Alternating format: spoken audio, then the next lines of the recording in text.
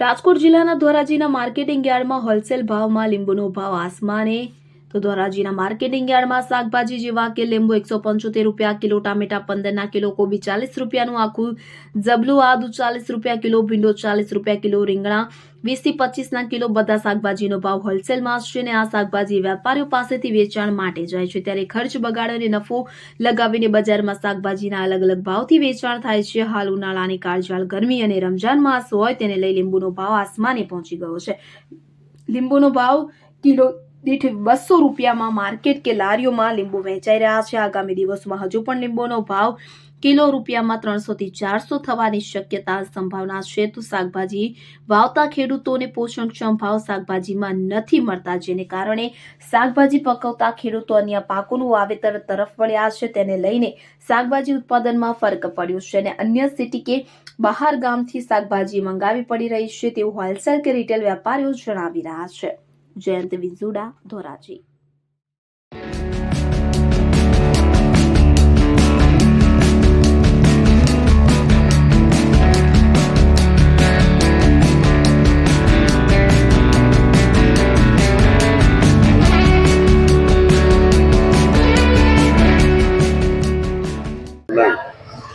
Jitendra Israni, marketing yard Dhoraji. આજે marketing યાર્ડની અંદર હોલસેલમાં લીંબુનો ભાવ 150 થી 170 છે। હજી આગામી દિવસોમાં ગરમીના હિસાબે લીંબુના ભાવ વધશે, કારણ કે શેરડીના ચીચોડા, લીંબુ શરબતવાળા લીંબુનો વધારે ઉપાડ કરવાના હિસાબે લીંબુના ભાવ હજી વધશે।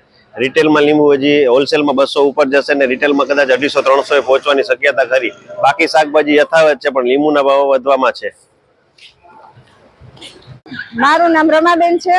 અત્યારે લીંબુનો ભાવ 200 રૂપિયા કિલો છે અને આગામીમાં વેપારી એમ કે છે કે 300 થી 400 રૂપિયા કિલો ભાવ થશે અને ખેડૂતોને પૂરતો ભાવ મળતો નથી, એટલે એ ખેડૂતો શાકભાજીનું વાવેતર કરતા નથી અને આગામી બીજી ખેતી તરફ વળી ગયા છે ખેડૂતો, અને આગામીમાં દિવસોમાં પણ ભાવ શાકભાજીનો વધે એવી શક્યતા છે, એટલે અમારી ગૃહિણીનો બજેટ થોડું ખોરવાઈ જાય છે એમ। શકીલભાઈ સલીમભાઈ સંધી।